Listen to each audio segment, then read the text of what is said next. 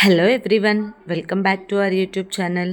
Last పార్ట్లో వాసుదేవుడు ద్రుపదుడితో ఆత్మాభిమానం గురించి చెప్తూ ఉంటాడు. ఆ తర్వాత ఏం జరిగిందో ఇప్పుడు తెలుసుకుందాం.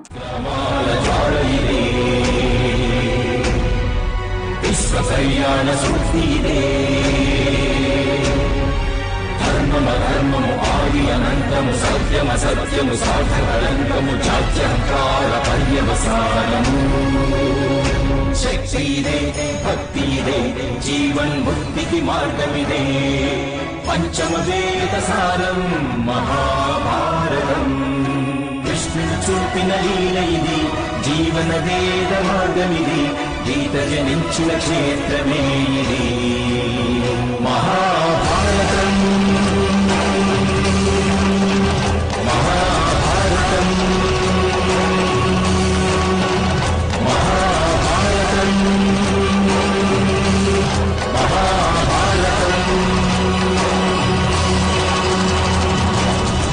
వాసుదేవుడు చెప్పిన మాటలు అర్థం చేసుకున్న ద్రుపదుడు చాలా బాధతో ద్రోణుడి దగ్గరికి వెళ్ళి, నేను జీవిత పర్యంతం పగా ప్రతీకారాలంటూ రగులిపోతూనే ఉన్నాను.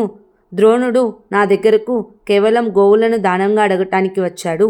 నేను కనుక అతని స్నేహాన్ని స్వీకరించినట్లయితే ఈ రాజ్యం ఈ విధంగా 2 భాగాలుగా విభజించి ఉండేది కాదు అని బాధపడతాడు. అప్పుడు ద్రోణుడు, నీవు కావాలంటే నేను గెలుచుకున్న రాజ్యాన్ని నీకు తిరిగి ఇచ్చేస్తానని చెప్తాడు. లేదు ద్రోణ, నాకు ఈ దండన లభించాల్సిందే. నీకు నేను చేసిన అన్యాయానికి ఈ అర్ధరాజ్యంతోనే ఉండాలి. కానీ నన్ను క్షమించు ద్రోణ, నీ మృత్యువు నా కొడుకు చేతిలోనే ఉంది. అది విధాత రాసిన రాత అని బాధపడతాడు. అప్పుడు ద్రోణుడు, మృత్యు అనేది అందరికీ లభిస్తుంది మిత్రమా, కానీ నాకు ఒక విషయంలో చాలా ఆనందంగా ఉంది. దృష్టద్యుమ్నుడు నా తలను ఖండించేటప్పుడు అతడు కోపంతో కాదు, నన్ను ఒక పెద్ద సమస్య నుంచి విముక్తి కల్పించేందుకు అలా చేస్తాడు అని అంటాడు. అప్పుడు శ్రీకృష్ణుడు వెంటనే, ద్రోణాచార్య, నేను ఒక ఉపాయం చెప్తాను. మీరు ఈ రాకుమారుణ్ణి శిష్యుడిగా చేర్చుకొని మీ పుత్రుడిగా అంగీకరించి విద్యను బోధించండి. ఆ విద్యే రేపు మీకు ముక్తిని ఇస్తుంది అని అంటాడు. అప్పుడు ద్రోణాచార్యుల వారు శ్రీకృష్ణుడికి నమస్కారం చేసి, వాసుదేవ, ఇదంతా మీ వ్యూహంలో భాగమే కదా, అందుకే మీరు నాకు సందేశాన్ని ఇచ్చి ఇక్కడికి రమ్మన్నారు కదా. నేను మీ మహిమలు చాలా విన్నాను, ఇప్పుడు ప్రత్యక్షంగా చూస్తున్నానని వాసుదేవుడికి నమస్కారం చేస్తాడు. అప్పుడు శ్రీకృష్ణుడు, లేదు ద్రోణాచార్య అని అంటాడు. వెంటనే ద్రుపదుడి బాధతో, వాసుదేవ, నన్ను క్షమించండి, నేను మిమ్మల్ని అర్థం చేసుకోలేకపోయాను అని అంటాడు. అప్పుడు శ్రీకృష్ణుడు, ద్రుపద మహారాజా, మీరు మీ కూతురు యొక్క ప్రేమను, అంకితభావాన్ని అర్థం చేసుకున్నట్లయితే నన్ను అర్థం చేసుకోవడం మీకు కష్టంగా ఉండేది కాదు. మీరు ద్రౌపది అంకితభావాన్ని అర్థం చేసుకోండి. ఆమె వాసుదేవుడు సంధించిన గదనే శాంతింపజేసింది అని చెప్తాడు. ఆ తర్వాత ద్రౌపది రాజ్యంలో నుంచి బయటకు వెళ్తూ ఉండగా శిఖండిని వచ్చి, ఆగు ద్రౌపది, నీవు లోపలికి రా అని పిలుస్తుంది. అప్పుడు ద్రౌపది, నేను రాలేనక్క, నేను ఈ నగరం నుంచి బహిష్కరించబడ్డాను కనుక నేను లోపలికి రాను అని వెళ్ళిపోతూ ఉండగా శిఖండిని, లేదు ద్రౌపది, నీవు లోపలికి వచ్చి నాన్నను క్షమాపణ అడుగు, ఆయన ఖచ్చితంగా నిన్ను క్షమిస్తాడు, నువ్వు ఇలా అహంకారిగా మాట్లాడవద్దు అని అంటుంది. అప్పుడు ద్రౌపది, ఇది అహంకారం కాదక్క, ఆత్మాభిమానం లేని మనిషికి ఎవరి నుండి గౌరవం లభించదు. నేను మొట్టమొదటిగా నేను ఎందుకు జన్మించాను, నా జీవిత కర్తవ్యం ఏమిటి, నా శక్తి ఏమిటి అనే విషయాలు తెలుసుకోవాలని చెప్పి అక్కడి నుంచి వెళ్ళిపోతుంది.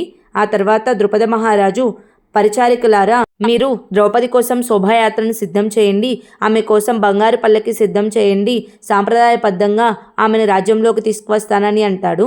అప్పుడే శిఖండిని వచ్చి, నాన్నగారు, ద్రౌపది ఈ రాజ్యాన్ని వదిలి వెళ్ళాలని నిర్ణయించుకుంది అని చెప్తుంది.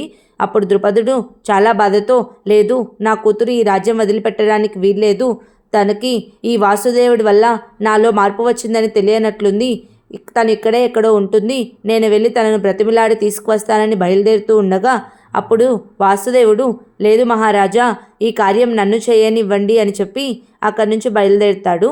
ఆ తర్వాత శ్రీకృష్ణుడు ద్రౌపది ఒక పర్వతం దగ్గర నుంచున్నది చూసి ద్రౌపది దగ్గరికి వెళ్ళి కావాలనే ద్రౌపదికి నమస్కారం చేస్తూ, రాకుమారి, మీరు ఏ మంత్రం ఉపయోగించారో చెప్పండి, లేదంటే నేను ఈ పర్వతం దగ్గర నుంచి దూకి ఆత్మహత్య చేసుకుంటాను, ఆ పాపం మీకే చుట్టుకుంటుంది, కనుక మీరు ఆ మంత్రాన్ని చెప్పండి. మీరు వాసుదేవుడు సంధించిన కౌముదకి గదనే శాంతింపజేశారు కనుక నాకు ఆ మంత్రం ఏమిటో తెలియాల్సిందే అని అంటారు. అప్పుడు ద్రౌపది, నేను ఏ మంత్రాన్ని ఉపయోగించలేదు, నా నాన్నగారిని రక్షించడానికి అక్కడికి వచ్చానని చెప్తుంది. అయినా శ్రీకృష్ణుడు వినకుండా మీరు ఖచ్చితంగా ఏదో మంత్రాన్ని ఉపయోగించారు, ఆ మంత్రం చెప్పకపోతే నేను ఈ పర్వతం నుంచి దూకేస్తానని చెప్పి పర్వతపు అంచుల దగ్గరకు వెళ్తాడు. అయినా ద్రౌపది, నేను ఏ మంత్రాన్ని ఉపయోగించలేదు, నేను నా నాన్నగారికి అడ్డం వచ్చాను కాబట్టి ఆ యుద్ధానికి నేను బలి అయి ఉండేదాన్ని అని అంటుంది. అప్పుడు శ్రీకృష్ణుడు, అంటే మీరు ప్రేమ అనే మంత్రాన్ని ఉపయోగించారు, నాకు ఇప్పుడు అర్థమైంది. ప్రేమ అనే మంత్రము అందరికీ తెలిసిన మంత్రమే, కానీ ఎవరు ఉపయోగించరు, మీరు మాత్రం ఆ ప్రేమ అనే మంత్రంతోనే ఆ గదను శాంతింపజేశారు అని అంటాడు. నాకు ఇప్పుడు అర్థమైపోయింది, మీరు కనుక ఒకవేళ ఇక్కడి నుంచి దూకేయాలంటే దూకేయండి, నేను మీకు అడ్డురాను అని అంటాడు. అప్పుడు ద్రౌపది, నేను ఇక్కడి నుంచి దూకాలి అనుకోవడం లేదు అని అంటుంది. కానీ నాకు కొన్ని ప్రశ్నలకు సమాధానాలు కావాలి. అసలు నేను నా జన్మకు అర్థం ఏమిటి, నా శక్తి ఏమిటి అనేది తెలుసుకోవాలని అనుకుంటున్నాను.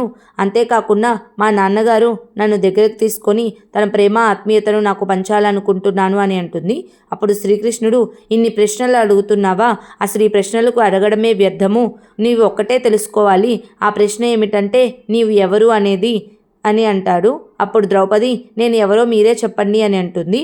అప్పుడు శ్రీకృష్ణుడు, వాస్తవానికి స్వయంగా తమకు తాము తెలుసుకోలేని వాళ్ళు ఇతరుల గురించి తాము ఎవరో తెలుసుకోవాలనుకుంటారు, కానీ ఆ ఇతరులకు కూడా తాము గురించి తెలియనప్పుడు మన గురించి వారు ఎలా చెప్తారు?